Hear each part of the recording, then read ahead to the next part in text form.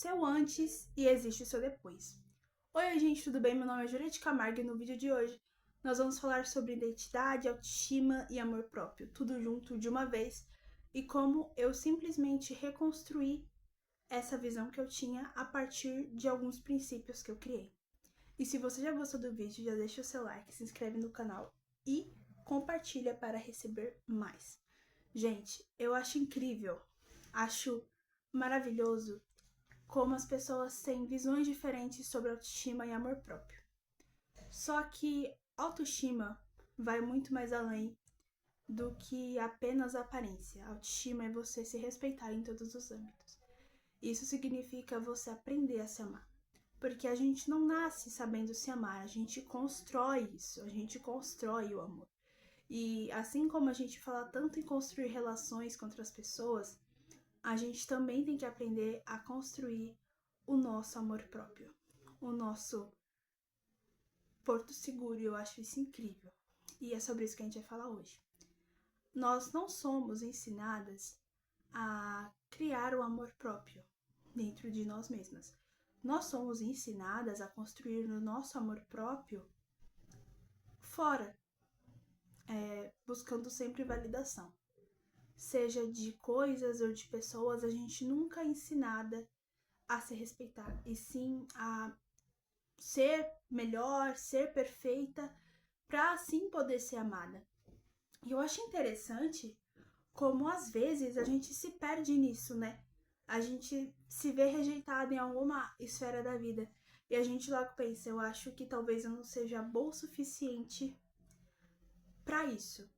Talvez eu não seja boa o suficiente para tal coisa, para tal posição, para tal vaga, para tal relação. Mas hoje eu vou te contar sobre o que fez eu mudar a minha percepção sobre amor próprio.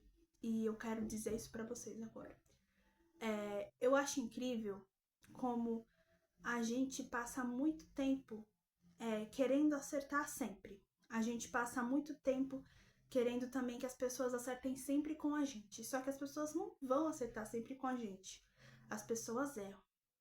E eu penso o seguinte, que quanto mais nós erramos, nós aprendemos também. Você tem duas opções quando você erra. Ou você aprende, ou você continua no erro. E eu acredito que todas as pessoas sejam capazes de mudar a forma como elas estão dirigindo a vida. Então, se você não gosta de como a sua vida está indo hoje, você é capaz de mudar a tua vida, você é capaz de simplesmente transformar o ambiente que você está. Só que a gente não é ensinada a isso, a gente é ensinada a se adequar a um ambiente. Sendo que uma pessoa bem posicionada, uma pessoa que sabe o que quer, ela muda o ambiente se ela quiser. Então, quantas vezes a gente pensa, cara, eu poderia ser melhor, eu poderia ser uma pessoa incrível, porque eu não sou como fulano, como ciclana, como Beltrano. E eu acredito que eu me coloco nesse lugar porque quem nunca se sentiu inseguro com algo? Quem nunca se sentiu não pertencente a algo? Quem nunca se sentiu assim? Mas quando a gente aprende a reconstruir nossa autoestima, nosso amor próprio, nossa autoconfiança do zero, a gente vai tirando aqueles pedaços de vidro que ficaram enraizados. Então hoje eu vou trazer 3 passos, os 3 passos que fizeram eu realmente saber se estava construindo autoconfiança, autoestima e o amor próprio necessário. A primeira coisa foi errar muito. Cara, eu errei demais, mas eu só errei porque eu tava arriscando. Eu nunca fui uma pessoa que sentiu medo de arriscar, sentiu medo de colocar os pés assim no chão e realmente agir. Eu nunca fui essa pessoa, só que eu errei demais. Eu cometi muitas coisas que eu me arrependo. Eu falei coisas que não devia, eu fiz coisas que não devia. E eu me coloquei neste lugar de, cara, eu não vou acertar sempre. Você não vai acertar sempre. É você reconhecer que você não vai ser bom o suficiente em algumas coisas e tudo bem. Errar muito, eu errei muito, mas também acertei muito. Acertei em diversas coisas. e continua acertando todos os dias. Só que a gente só aprende a olhar e acertar direito quando a gente aprende a ressignificar o nosso erro. Como, por exemplo, uma pessoa que não se vê como uma pessoa que merece amor, não se vê como uma pessoa que é amada por si mesma, ela normalmente vai se julgar muito, ela vai se olhar no espelho e vai achar que ela é a pior pessoa do mundo porque cometeu um erro. Só que eu vou te dizer, pessoas cometem erros todos os dias. As pessoas, elas falham todos os dias. E se você não aprender a realmente mudar o seu erro, como por exemplo, tá, errei aqui, mas o que eu posso fazer para mudar esse erro? Para transformar esse erro em acerto? Então eu comecei a falar, cara, tô errando nisso aqui, mas o que eu posso fazer para sair do A e ir pro B? O que eu posso fazer para não errar mais isso aqui que eu tô errando? E cara, talvez você erre nessa mesma coisa umas 4, 5 vezes, só que você já vai estar mais atento, entendeu? Você vai estar expert em perceber quando algo não está indo conforme você está planejando. E outra coisa muito importante que fez eu sair desse caminho de apenas passiva da minha vida e me tornar ativa foi também reconhecer que eu precisava criar um diálogo saudável comigo mesma. Eu acho que até as pessoas podem falar, mas fazer isso é normal, todo mundo faz isso. A maioria das pessoas, sem perceber, acabam tendo esse diálogo consigo. E nem sempre esse diálogo é saudável. Às vezes você tá fazendo algo e aí a gente linka no primeiro tópico. Às vezes você erra e você já pensa, ai meu Deus, como eu sou burra. Ou ai meu Deus, como eu fui idiota em tal coisa.